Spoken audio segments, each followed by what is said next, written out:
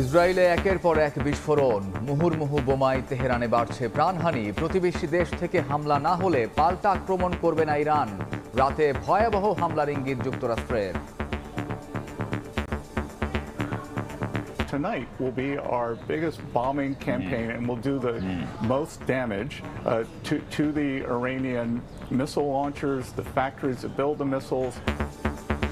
জ্বালানির মজুত নিয়ে শঙ্কায় ফিলিং স্টেশনে গাড়ির দীর্ঘ সারি। বাড়তি চাহিদায় অনেক পাম্পেই মিলছে না তেল।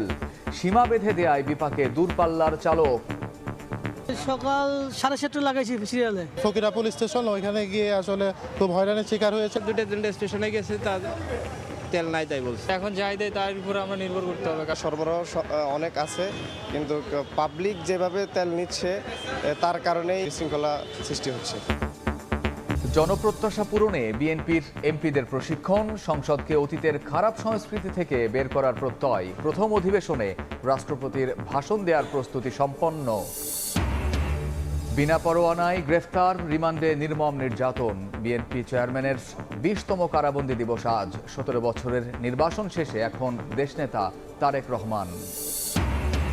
মধ্যপ্রাচ্য সংঘাত দীর্ঘ হলে সংকুচিত হবে শ্রমবাজার। দূরদর্শী পরিকল্পনার তাগিদ বিশ্লেষকের। আটকে পড়া প্রবাসীদের ভিসার মেয়াদ শেষ হলেও সহায়তা দেবে সরকার। খালের গলা টিপে মারছে ওয়াসাও। দখল দূষণে জলাবদ্ধতা ও মশার উপদ্রব। দখলদারদের শাস্তি নিশ্চিতের তাগিদ। অবৈধ স্থাপনা উচ্ছেদে আইনি ব্যবস্থা নেবে ঢাকা উত্তর সিটি।